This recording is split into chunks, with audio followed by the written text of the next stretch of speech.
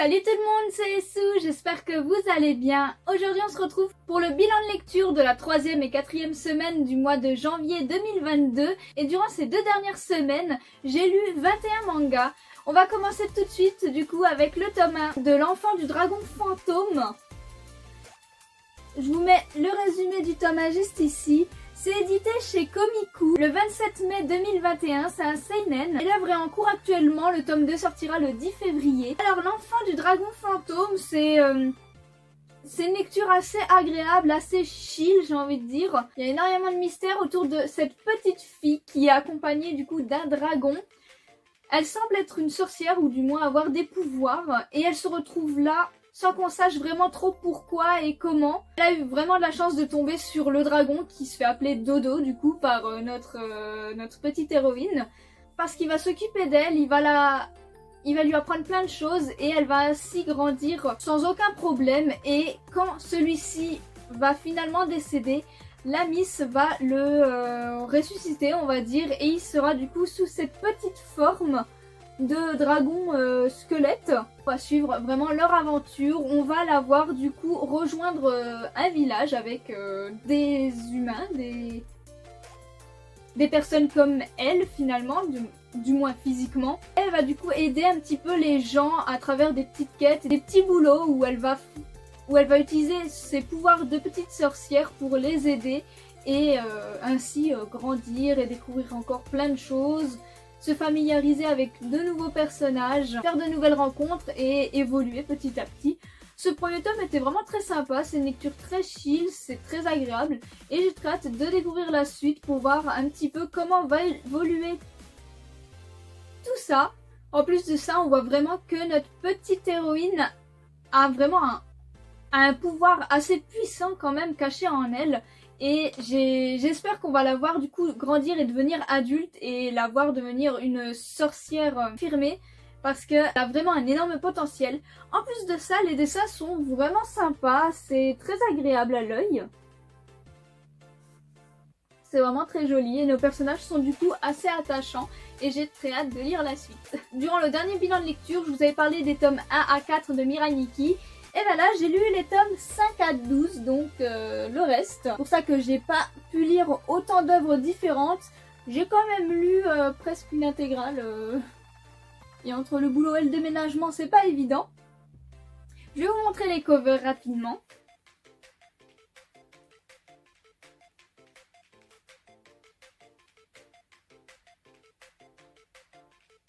Et voilà.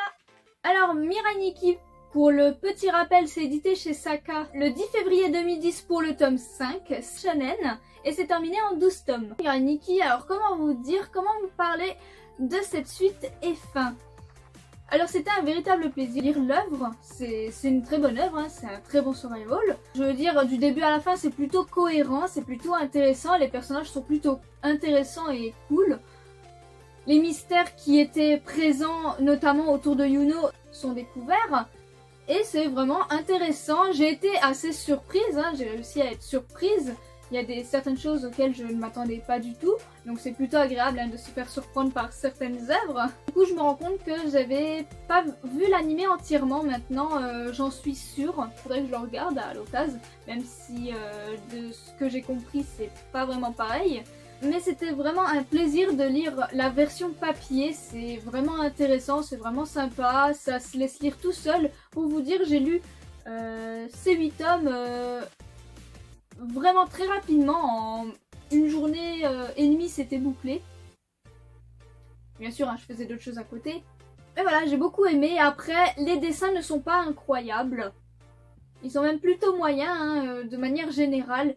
Et bon sang, le gros point noir, c'est Yukiteru, c'est ce héros qui n'est vraiment pas agréable à suivre. On est bien plus intéressé par Yuno finalement, même si du coup elle est parfois un petit peu agaçante. Mais au moins elle est là, au moins elle dégage quelque chose parce que Yuki, il est fatigant. Il est fatigant, c'est épuisant de le suivre en fait. Il est pas attachant. Il est même lourd et il se comporte parfois comme un gamin. Alors oui, c'est des gosses, mais là, c'est se comporter comme un enfant de 6 ans. Je préciserai pas pourquoi, mais je pense que ceux qui l'ont lu comprendront. il est vraiment épuisant. C'est un personnage très fatigant et vraiment pas agréable à suivre. C'est le seul d'ailleurs, tous les autres autour sont bien plus intéressants que lui. Même à la fin, du début à la fin, il évolue pas vraiment. Il a une petite évolution et il y a eu un moment où j'ai eu de l'espoir, où je me suis dit ça y est, il commence à devenir badass. Mais non, c'était encore une fois que du flan et c'était encore une fois grâce à Yuno. Vraiment le personnage qui serait mort 2 pages après le commencement s'il n'avait pas eu Yuno, et il est juste épuisant. J'aime pas du tout ce personnage. Et j'ai été un petit peu sceptique de la fin. Parce que finalement on a une bonne fin, une happy end. Mais vu comment se tourne l'œuvre, j'aurais peut-être préféré une bad end finalement. Je vais pas faire de spoil, mais j'aurais vraiment préféré que ça se finisse en fait dès que celui qui prend la place de Dieu soit désigné en fait. Parce que du coup on a un personnage qui devient le fameux Dieu, mais après il rajoute des choses qui fait qu'on a une happy end qui est un petit peu tirée par les cheveux, je trouve même personnellement, et je trouve ça dommage. Après on a aussi une histoire de temporalité, heureusement c'est plutôt bien géré, c'est assez clair. Ça reste assez étrange, mais c'est pas le pire que j'ai vu. Et heureusement, parce que généralement quand ça parle de voyage dans le temps et autres, ça me fait un peu peur. Franchement l'œuvre elle est agréable à lire, c'est intéressant, c'est divertissant, il y a beaucoup d'action. Et on a de bons personnages, hormis Yuki.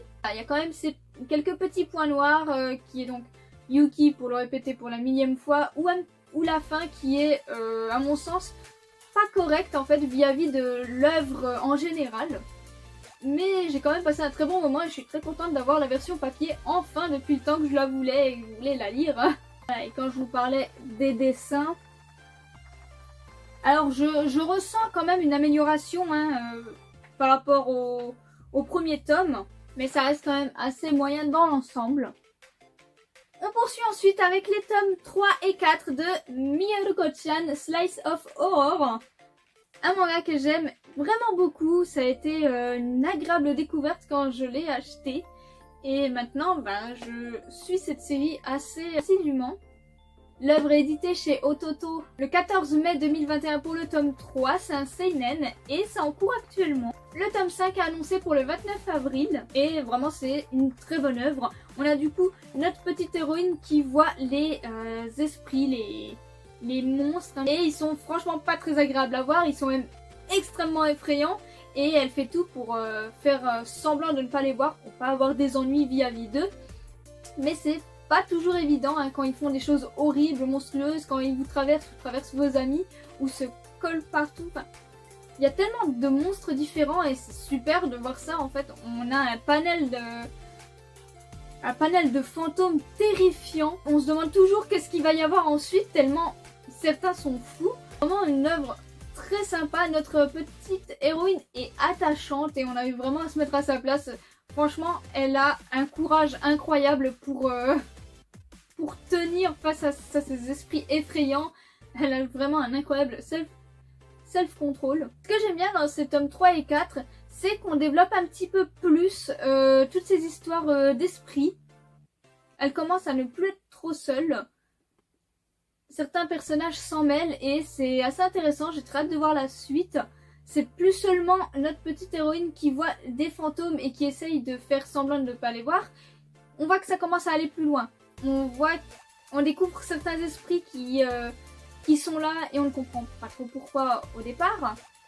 Mais on voit qu'il va y avoir quelque chose en fait. Et j'ai très hâte de lire les prochains tomes parce que ça s'annonce vraiment très intéressant. On ressent clairement qu'il va y avoir quelque chose par rapport à ces esprits et j'ai vraiment très hâte de lire la suite. Les dessins sont plutôt corrects en général. Voilà, ainsi je vous montre par exemple un esprit enfant qui fait pas mal flipper. Ce que j'aime beaucoup aussi durant ces tomes-là, c'est qu'on développe d'autres personnages qui est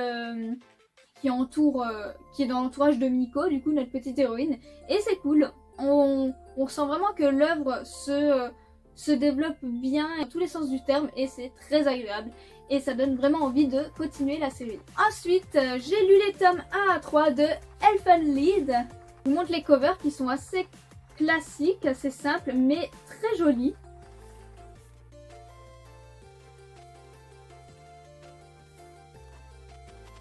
Voilà.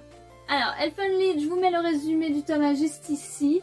C'est édité chez Delcourt Tonkam le 19 mai 2021, c'est un seinen et c'est en cours actuellement. Le tome 4 sortira le 9 février, donc très bientôt. Et du coup, Elfen Lied, j'ai découvert l'œuvre avec l'animé, comme Mirai Nikki à l'époque. Et je n'ai pas vu l'animé entièrement également à cette époque-là. Mais quand j'ai vu voilà, l'annonce du manga annoncé, j'ai sauté sur l'occasion parce que c'est vraiment une œuvre qui m'a tout de même marqué sur les peu d'épisodes que j'avais vus. C'est totalement un style que j'apprécie.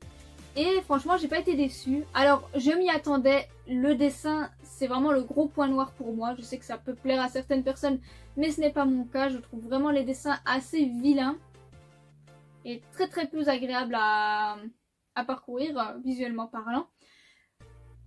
Par contre, l'histoire, ça fait trop du bien de replonger dans cet univers. Il est génial. Après, attention aux âmes sensibles hein, quand même, parce que c'est beaucoup de violence, vraiment. Et aussi un petit peu de scènes de nudité, on va dire. Mais enfin, personnellement, ça me dérange pas, mais voilà. Pour les personnes sensibles, je préfère prévenir. C'est quand même une œuvre vraiment très violente. Et sinon, l'histoire, bah écoutez, c'est une histoire vraiment super originale, vraiment intéressante, palpitante. Les 3 tomes, malgré le fait que ça soit des gros formats, se lisent très vite. On est vraiment plongé tout de suite dans l'histoire, en fait.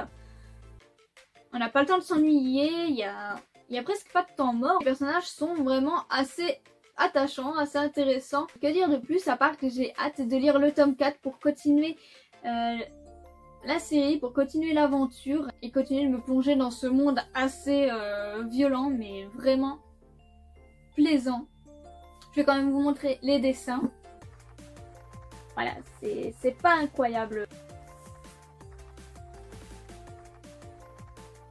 Il y a encore pas mal de mystères autour de Lucie et de ses congénères, donc j'ai assez hâte de creuser tout ça. C'est vraiment un très bon seinen pour les fans du genre. Franchement, foncez si les dessins ne vous rebutent pas, vous allez pas être déçus, c'est vraiment hyper prenant.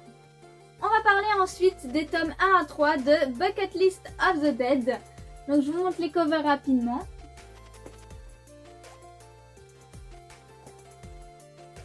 Voilà, j'avais très hâte de lire cette série, je vous mets le résumé du tome 1 juste ici. C'est édité du coup chez Kana le 14 mai 2021, c'est un seinen et c'est en cours actuellement. Le tome 4 sortira le 4 février, donc très bientôt. Hein.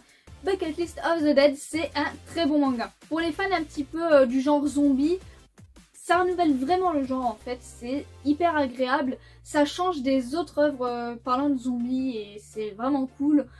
Nos personnages sont vraiment attachants, le duo de nos 2 potes là sont vraiment super cool, c'est trop fun de les suivre. On n'est pas là sur un truc trop badass ou trop gore, on est juste en fait sur des mecs qui veulent faire certaines choses avant de mourir et se donnent les moyens pour, et en même temps ça nous permet d'en savoir plus sur eux et c'est vraiment super fun, super cool de les suivre.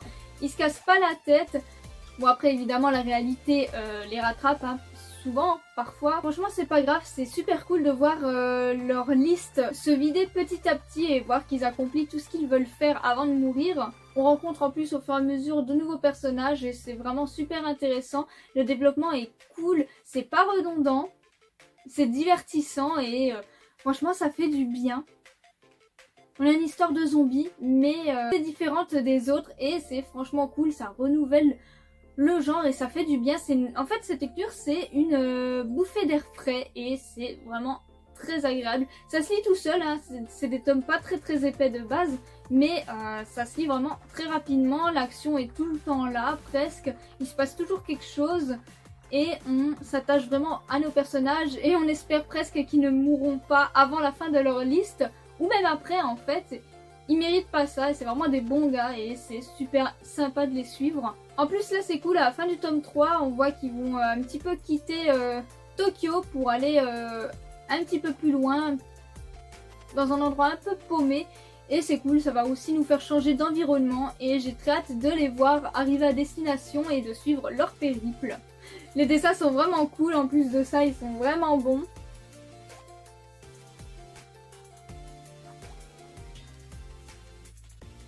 On rigole vraiment bien, on passe un super bon moment avec cette lecture. Pour l'avant-dernière lecture, on va parler de 3 Yakuza pour une otaku, les 3 premiers tomes. Donc les 3 tomes sortis actuellement. Je vous montre les covers rapidement. Et je vous mets le résumé du tome 1 juste ici. C'est édité chez Soleil le 26 mai 2021. C'est un shoujo et c'est en cours actuellement. Le tome 4 sortira le 9 février. Et 3 Yakuza pour une otaku, écoutez, c'est plutôt pas mal, c'est plutôt divertissant. C'est un shoujo qui est assez fun. Voilà, on a un harem inversé hein, avec du coup notre héroïne qui va devoir choisir au bout de 6 mois avec qui elle voudra se marier parmi les 3 Yakuza qu'on voit du coup sur les covers. Mais clairement, le manga nous montre un Yakuza en particulier qui est du coup vraiment attachant. Hein. C'est vraiment le bon gars par excellence, à part si, même s'il cache quand même une petite facette d'ombre, c'est vraiment pas grand chose et il est vraiment ultra attachant, vraiment au bon petit soin de notre héroïne. Très protecteur, très courageux, franchement c'est le grand frère, c'est le mec super attachant, hein. C'est lui. Et du coup les autres ils font un petit peu de tâches à côté. On a vraiment les personnages clichés, donc on a le Yakuza qui est le grand frère protecteur, très très gentil mais qui essaie d'avoir une petite part d'ombre quand il le faut. On a lui là qui s'appelle Léo et qui est à fond bagarre baston, genre il est trop fort avec ses poings, il bat tout le monde, personne ne peut le battre. Et on a l'intello de service qui a un QI ultra élevé, qui est froid et qui regarde un peu les gens de haut. Voilà, on a vraiment les personnages bien clichés. Et voilà, finalement, ça marche. Le truc, c'est qu'on s'attache vraiment plus aux Yakuza gentils et tout qu'aux autres. En fait, on les voit même moins. Donc, on a du mal à vraiment s'attacher. J'espère que par la suite, quand même, on va les voir un petit peu plus, histoire que ça soit quand même un petit peu fair play. Mais je me demande du coup si la fin ne va pas être un petit peu prévisible. On verra, on peut être surpris. Notre héroïne, quant à elle, c'était une fille assez renfermée, hein, qui est assez maladroite et tout. Et assez gentille, elle est même très très gentille. Il y a un truc qui est cool, mais qui n'arrive pas tout le temps, c'est qu'elle a des moments où elle arrive à être ultra badass. C'est super rare, mais ça arrive. Et quand ça arrive, franchement, elle est attachante à ce niveau-là. C'est dommage que ce soit pas plus souvent. Parce que ces moments où elle arrive à être badass, c'est franchement incroyable. Ça donne des situations géniales. Vraiment qu'on la verra plus dans cet état durant les prochains tomes. Quant au dessin, eh bien, ils sont très très bons, très fins, très légers. Et voilà, pour petit exemple, quand je vous dis qu'il y a des fois où elle peut être badass, elle peut être badass. Et ça fait plaisir! On va voir ce que ça va donner par la suite. Et pour conclure cette vidéo bilan de lecture, on va parler du one-shot Death Note Short Stories. Je vous mets du coup le résumé juste ici. C'est édité chez Kana, 28 mai 2021, c'est un shonen et c'est un one-shot. Petite info, j'aime énormément Death Note. C'est en fait mon premier animé avec Dragon Ball. Je regardais à la télé quand j'étais petite et c'est une œuvre auquel j'ai beaucoup accroché. Même si j'ai eu beaucoup de mal après la mort d'un certain personnage. Écoutez, quand j'ai vu que ceci était annoncé, c'était vraiment fou en fait. J'y croyais pas trop, j'étais vraiment très contente de pouvoir replonger dans cet univers. Du coup, comme le titre l'indique, on plonge dans l'univers de Death Note mais à travers de différentes petites histoires avec plein de personnages différents. On revoit certains des personnages qu'on a pu voir dans Death Note, genre par exemple certains inspecteurs de police ou même Nier. On fait référence à Light, à elle et c'est franchement super cool. Ça fait vraiment du bien, mon petit cœur de fan, de lire un petit peu tout ça. Et du coup on suit plusieurs histoires différentes, donc ça peut être avec des personnages totalement différents qui finiraient en possession du Death Note et on verrait ce qu'ils en feraient. Donc il y en a qui ne l'utiliseront pas, d'autres qui l'utiliseront sans le faire exprès, d'autres qui se ridiculiseront, enfin... C'est cool parce qu'on peut voir des personnes avec un caractère totalement différent de Light l'utiliser et on peut voir que du coup c'est pas évident d'utiliser un Death Note, hein, surtout si on n'est pas aussi malin que Light. Et bah écoutez, c'est super intéressant, c'est divertissant, c'est agréable. On peut même avoir des petites histoires marrantes où on peut suivre du coup elle quand il était enfant ou juste le quotidien de elle.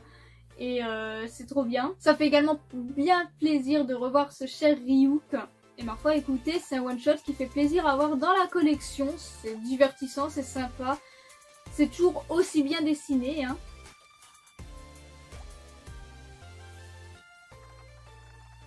C'est marrant aussi parce que du coup, on découvre d'autres objets liés au Death Note dans ce one-shot. Par exemple, une gomme qui peut effacer le fait de tuer quelqu'un. Ça a été vachement pratique hein, dans la série de base. Que je l'aurais bien utilisé pour ressusciter quelqu'un, vous voyez. Ou même on peut voir une règle qui se rajoute et c'est super marrant. Hein. Ça donne une légère évolution et c'est cool. Franchement, j'ai adoré lire ces petites histoires courtes. C'est super agréable et ça fait du bien de replonger dans cet univers plusieurs années plus tard. Enfin, franchement, c'est vraiment cool. C'est à voir dans la collection si vous aimez bien Death Note. Sur ce bilan de lecture est terminé. J'espère que la vidéo vous a plu. N'hésitez pas à me dire vos lectures de ces 2 dernières semaines et si on a des lectures en commun ou non. Vous pouvez également me suivre sur Instagram pour suivre toutes mes reviews sur tous les mangas que je vous présente chaque jour ou presque. Et sur ce, bien passez une bonne journée.